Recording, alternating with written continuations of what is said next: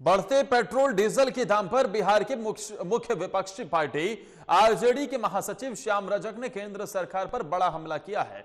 श्याम रजक ने कहा है कि मोदी सरकार सिर्फ अडानी और अंबानी का विकास करने में लगी हुई है, आम जनता की परेशानी से उसको कोई लेना देना नहीं है।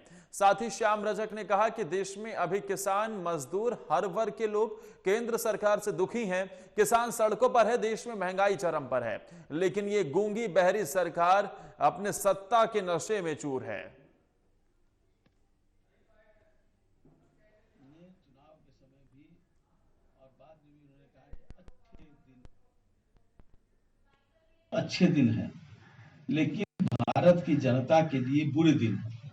ने चुनाव के समय भी और बाद में भी उन्होंने कहा कि अच्छे दिन आ गए। तो ये उनके अच्छे दिन हैं, लेकिन भारत की जनता के लिए बुरे दिन हैं। और बुरे दिन इसलिए है और उनके लिए अच्छे दिन इसलिए है कि वो जो भी कुछ आर्थिक व्यवस्था के अंतर्गत जो भी कुछ करते हैं, उसके पीछे घरानों के वकालत की बात होती है। और हम लोग जिस बात की बात करते हैं वो इस देश के 130 करोड़ जनता की बात करते हैं।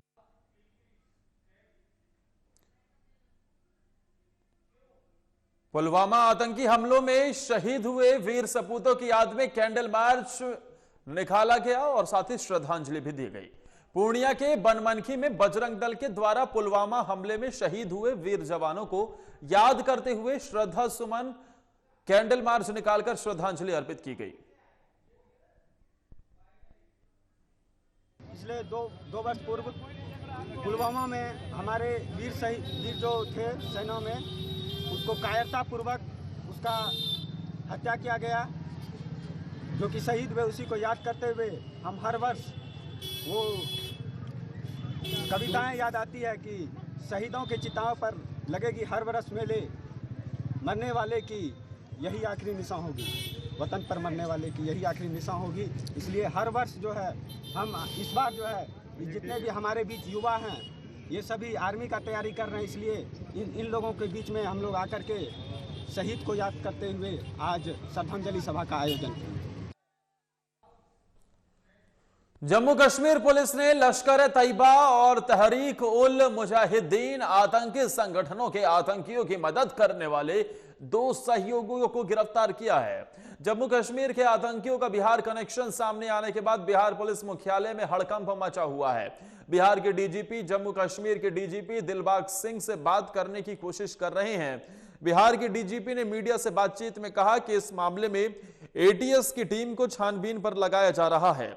बिहार से अब तक 7 पिस्टल आतंकियों को सप्लाई होने का खुलासा हुआ है। इस खुलासे के बाद बिहार पुलिस कैसे आगे बढ़ रही है, इस पर बिहार के डीजीपी एसके सिंघल ने कहा कि उनकी टीम जम्मू कश्मीर के अपने काउंटर पार्ट के साथ कांटेक्ट में है। जानकारी के एक दूसरे के साथ लगातार साझा की जा रही है। इसके साथ ही सभी जानकारियों को इकट्ठा भी किया जा रहा है।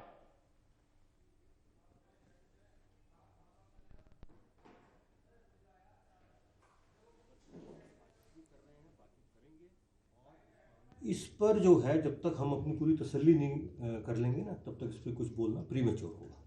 क्या आप लोग अलर्ट हैं जिलों को, एसपी को लेकर, इन मामलों को लेकर? हमने अपनी जो टीम्स हैं उनको इस काम में लगा दिया है और इसका जो भी फलाफल निकलेगा वो हम आपसे शेयर करेंगे। क्या जम्मू कश्मीर के डीजीपी से भी आप लोग बातचीत करेंगे? वहाँ भी हम वहाँ के सभी जो कंसर्न ऑफिसर्स हैं उनसे संपर्क में हैं, बातचीत भी कर रहे हैं, बातचीत करेंगे और इस मामले में जो चीज़ सामने आएगी वह हम आपसे शेयर करेंगे।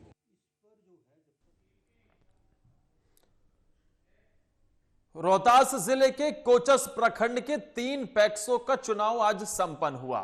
तीनों पैक्स कोचस, लहेरी और नरवर के लिए कुल 6520 मतदान किसानों ने अपने अपने मतों का प्रयोग किया। कोचस पैक्स में 1435 मतदाताओं के लिए 4 बूथ कोचस उच्च विद्यालय में बनाया गया था, जबकि लहेरी पैक्स में 1385 मतदाताओं के लिए 4 मतदान केंद्रों पर अपने मतों का प्रयोग किया गया। वहीं नरवर में लगभग 3700 मतदाता हैं, जिसको लेकर प्रत्याशियों के साथ किसान मतदाताओं में काफी गहमा गहमी देखी गई। बता दें कि कोचस पैक्स से 3, लहेरी से 2 और नरवर से 2 प्रत्याशी चुनावी मैदान में हैं।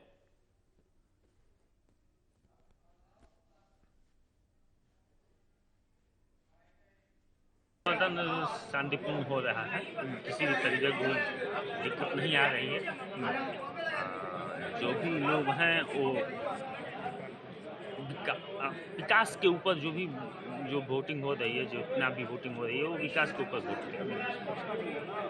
क्या उम्मीद है आपको? उम्मीद यही है कि पिछले जो प्रत्याशी हैं उनके ऊपर जो भी लोग कुछ कटाक्ष है चाहे हस्तक्षेप जो लोग कर रहे हैं, उसके अनुसार उम्मीद है कि हम उसमें ठीक है। बिहार विद्यालय परीक्षा समिति के द्वारा 10वीं बोर्ड की परीक्षा 17 फरवरी से शुरू होने वाली है, लेकिन समस्तीपुर के 40 से अधिक छात्राएं परीक्षा प्रवेश पत्र नहीं मिलने के कारण काफी परेशान हैं। ताजपुर प्रखंड के हाई स्कूल बागी में पढ़ने वाले सभी छात्राएं परीक्षा प्रवेश पत्र नहीं मिलने की शिकायत को लेकर समस्तीपुर कलेक्ट्रेट पहुंची। छात्राएं डीएम से प्रवेश पत्र दिलाने की गुहार लगाने पहुंची थी।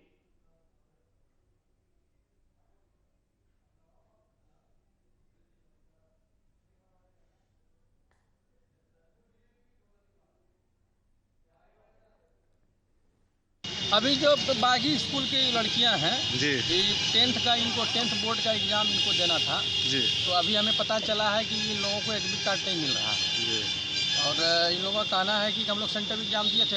हेडमास्टर से बात किए, हेडमास्टर का कहना है कि सेंटर का एग्ज़ाम इन बच्चियों के द्वारा नहीं दिया गया, नॉन सेंटर रहने के कारण इन लोगों को एडमिट कार्ड नहीं दिए। यह जाँच का विषय है।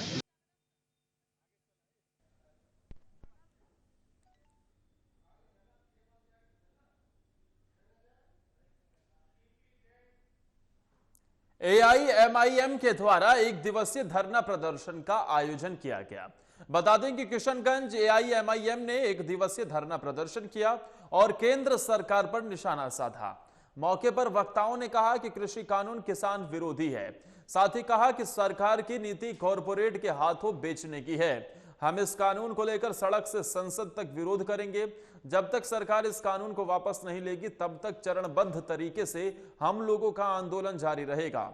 इस दौरान प्रदेश अध्यक्ष और अमौर विधानसभा क्षेत्र के विधायक अख्तरुल ईमान, बहादुरगंज विधायक आंजर नईमी, कोचा धामन विधायक इजहार आसफी के साथ साथ पार्टी के कई कार्यकर्ता मौजूद रहे।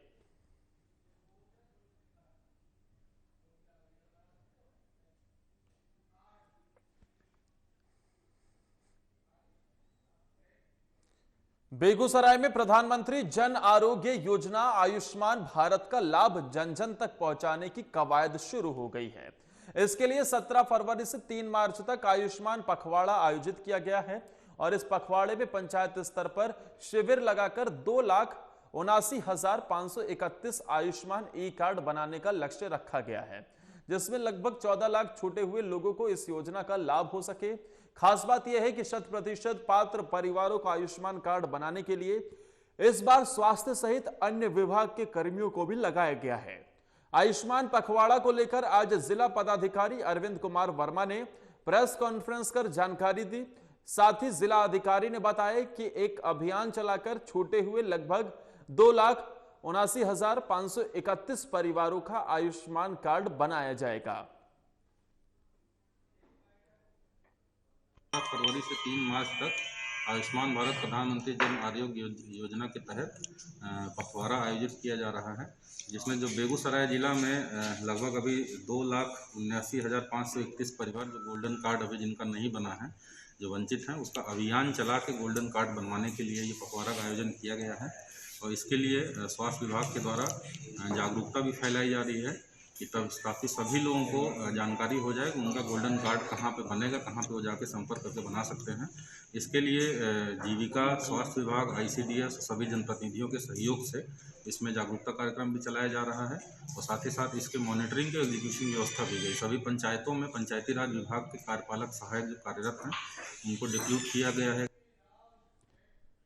सरस्वती पूजा को लेकर शांति समिति की बैठक की गई। बता दें कि रोहतास के डेहरी में सरस्वती पूजा के मद्देनजर शांति समिति की बैठक की गई। इस बैठक में ASP संजय कुमार सहित नगर थाना अध्यक्ष चंद्रशेखर गुप्ता भी शामिल हुए। ASP संजय कुमार ने सभी जनप्रतिनिधियों से अपील करते हुए कहा कि त्योहार को शांतिपूर्ण तरीके से मनाएं और सभी पूजा कमेटी को लाइसेंस लेना जरूरी होगा। साथ ही उन्होंने कहा कि कोविड-19 के दिशा निर्देशों का पालन करते हुए सार्वजनिक जगहों पर प्रतिमा की स्थापना नहीं की जाएगी। साथ ही विसर्जन के दौरान एक दूसरे को अबीर और गुलाल लगाना पूरी तरह से वर्जित है।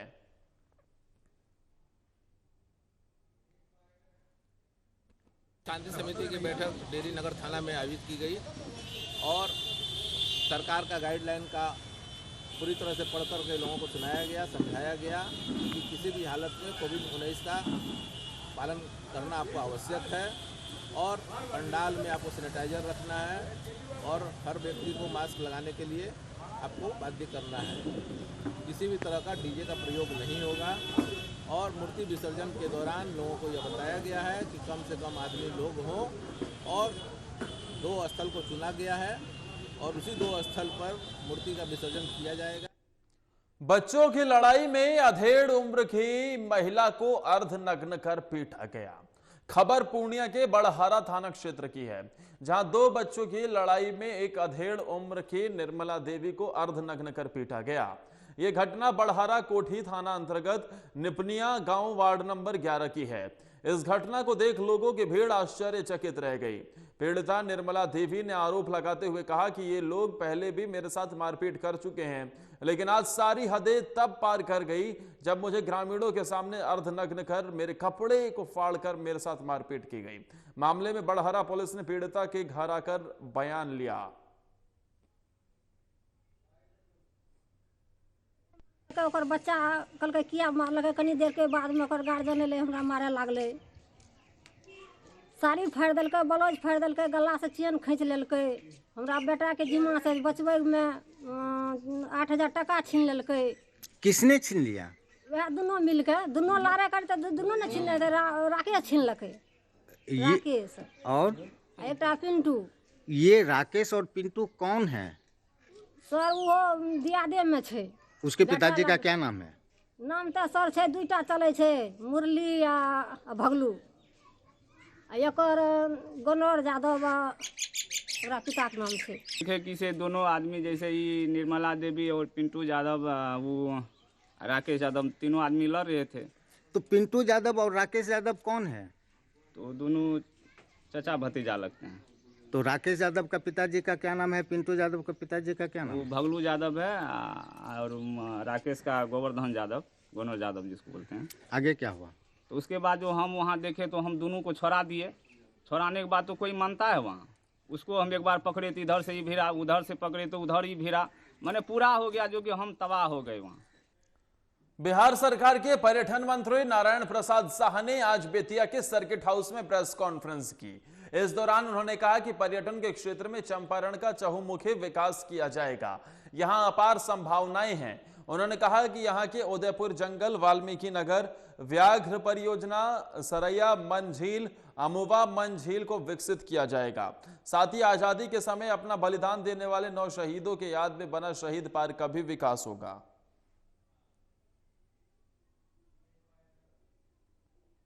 इसको हम पर्यटन में जोड़कर विकसित करें।